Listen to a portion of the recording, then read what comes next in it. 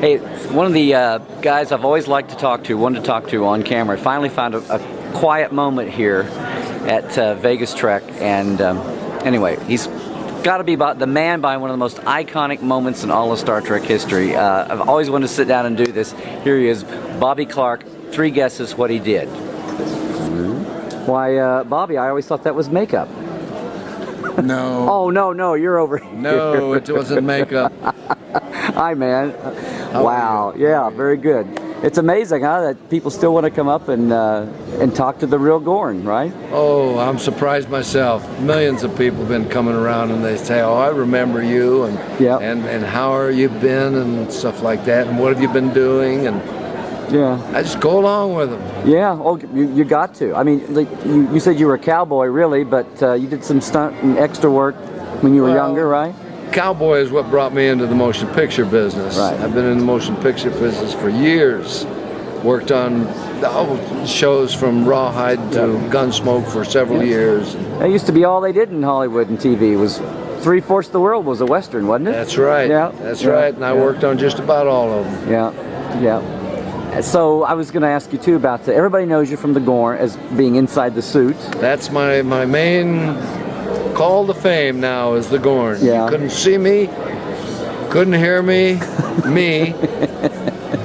and I was clumsy. Well, but that suit wasn't exactly the best high-tech thing either. What was that like to put on? I mean, was it hot? You were filming what day? It was very hot. It was all neoprene rubber, 3 inches of rubber all over your body, and then a hood that goes over it and helps hold everything in. Yeah. Was it pretty fast to put on? Did you have to have help putting the No, it was the base of it was a wetsuit. A diver's wetsuit was a standard base. It had the trousers, and it had the jacket, and naturally it had the feet, which the feet are humongous. But you just cornstarch, you slipped in it and put it on, and once you got it on, you just didn't take it off. Yeah, the whole day. Was it one day out there or a couple of days? 2 days at Vasquez Rocks, California. Yep. No, was it fall? It wasn't real hot, was it? Or was it? Well, in California, it was in November, but it was still. It could get into the 3 digits on the thing. Oh yeah. So with the suit on, it could have been 65 or 40 degrees, and it would have still been warm. Right. Yeah. That suit was sort of like a bucket of sweat. But you couldn't even take the hood off during the day. Oh yes, no. Between shots, they would take the head off of me. And we could loosen up the tunic, and we could unzip the top a little bit and let air in. Yeah. I couldn't sit down in it. I had to lean up against the ladder. I was going to say, what was the biggest? That was the biggest pain of the day, or what? No pain. Well, I say that loosely, but I mean, the biggest hassle of the day, or was it just like, oh, it's another job at the time? No, the biggest hassle is when you had to go to the bathroom. That was the biggest hassle. What did you do? What did I do? Yeah. I had to think ahead, because if I thought now I gotta go to the bathroom, I wouldn't make it there in time. Oh, okay. I had to think ahead and then get to the bathroom. And you mean over what, like the honey wagon or whatever they had? The honey wagon is what. Yeah. You mean it was just getting there? It wasn't like you had to get out of the suit too? Well, the suit was hard. You had to undo all the rubber suit and everything. You had to peel the top part down if you wanted to do it. There was no fly zipper on it. Yeah. Well, I'm just thinking it's bad enough today, but in the 60s, you know. Well, that was the roughest part right there. Yeah. Walking was bad. The suit was uncomfortable, but in the picture business, you're just glad to work. Yeah, that's true. So I'd have been Mickey Mouse if they wanted me to. Well, I was thinking too, it was a TV show. The movies, you got a slower pace. It's not quite so hurry up when you're having to deal with that kind of gear, right? Well, it's a slower pace. That means I'd have had to sit in that damn costume longer. Well, that's true. It went around. Have you got any? And you always have your pictures there. Have you got is there a picture of you like half in, half out, by any chance, or is it all? You're either all in or? I do have a picture of me standing with the wardrobe man without the hood on, without the head on. Yeah. Yes, I have that on this picture right here. Oh, there we go. Yeah. And there I am right there. Yeah. Putting the tunic on me. The tunic. That makes it sound so elegant. Yes, isn't it? I can't call it a vest, and they called it a tunic, so that's a good word for me, is a tunic. Oh, yeah. as you saw, I also did 3 other episodes besides Arena. I did Mirror Mirror. Oh, now let's look at that. Yeah.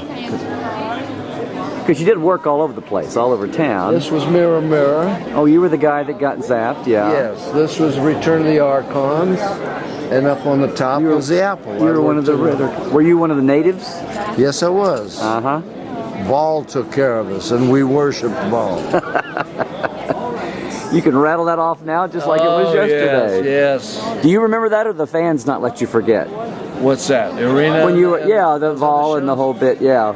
I remember them, and the fans, as a matter of fact, a lot of the fans don't even know I'd done 3 others. I wasn't familiar with one of those, so yeah, there you go. I'll tell them, I say, well, I did 3 other episodes. Yeah. Oh, really? I says, yeah. Oh, you were there. And I said, oh, I remember that. So that's. Do you remember where Return of the Archons, where the location was? What? It was a lot, one of the city lots. It was on the street at Paramount Studios. It was Paramount. It wasn't Culver City, Desilu, or. Well, Culver City and Paramount was actually I did all the Star Treks for Desilu. Right.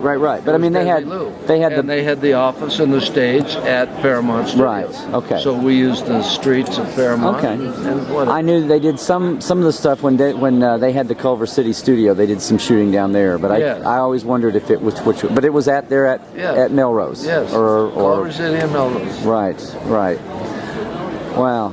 So anything about you said it wasn't too hot a day on its own. Hot under the rubber, but under the neoprene, but not necessarily a bit. The morning it was cold when I got there. Because it was just you and Shatner there wasn't any other cast with you, right? No, none of the other cast was there. Right. Just Shatner, me, and the director, Joe Pevney, who was a man that I've worked for many, many times. Yeah. Because this is the show, the thing that's most iconic, but you were working all over the place like everybody else did. Lots of shows at the time. This is the only thing that people... there's a million shows from the 60s, but Star Trek is how many besides Star Trek and a few others, Well, do people care? I've done many shows. Like I said, I was with Gunsmoke for several years, probably 7 or 8 years I worked Gunsmoke. Yeah. Not every day. Sure. And I didn't have a regular character. Right. I did many characters on Gunsmoke. I played many different parts all the way. Right. I'm a stuntman also, so there's a lot of stuff I did on Gunsmoke that you wouldn't see me. Yeah. Now the Gorn suit was, he's supposed to be fighting Kirk, but it really wasn't the kind of thing you could get down and rough and tumble in and do stunts in. Everything was kind of... No, that was kind of limiting for them, I guess, and you too, right? That's why it is known, from what I hear with the critics, as the worst fight on television. But not your fault. No, the creature was supposed to be a slow-moving reptilian alien. Right. So I portrayed it that way. Now, also, as far as being able to move fast, no, because the rubber stopped you from moving fast. Yeah. As far as walking fast, when you got a pair of feet on you about 16 inches long, like swimming fins, you're not going to walk through the sagebrush and the weeds and the rocks and everything. You're not going to just walk through them. So it was work upon work, but.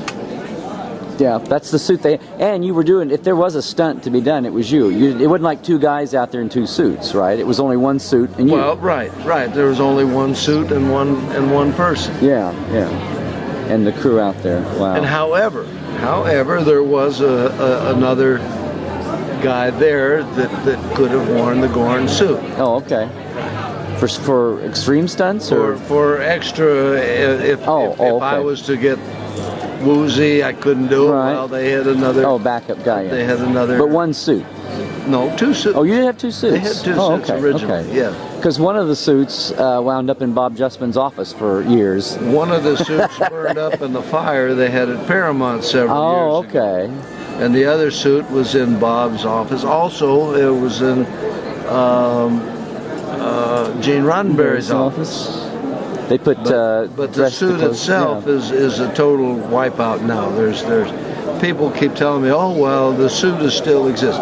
The suit does not exist anymore because of the the rubber that it was made out of. Right, right. It was, they helped me with It just the disintegrated, neoprene. right? Yeah, neoprene. It was a neoprene, and as neoprene gets older, it turns to glue. Yeah. It just melts. So Yeah, the yeah. original suit's gone. The head is out there somewhere, and I imagine maybe the feet and the hands and the gauntlets and pieces of the tunic Yes. are out there. Yeah, But I don't know where any of it is. I know somebody has the head, and they are trying to rework it. Yeah, yeah. But the amazing thing is, of all the work, what I was trying to say a while ago, of all the work you did day to day to day, who knew in 1966 that you'd be sitting here 45 years later talking about those 2 days, right? I'll tell you, I sure didn't. Well, anyway, thanks a lot for taking the time finally here to sit down and talk. I'm going to get this up, and you know, they still come by, don't they?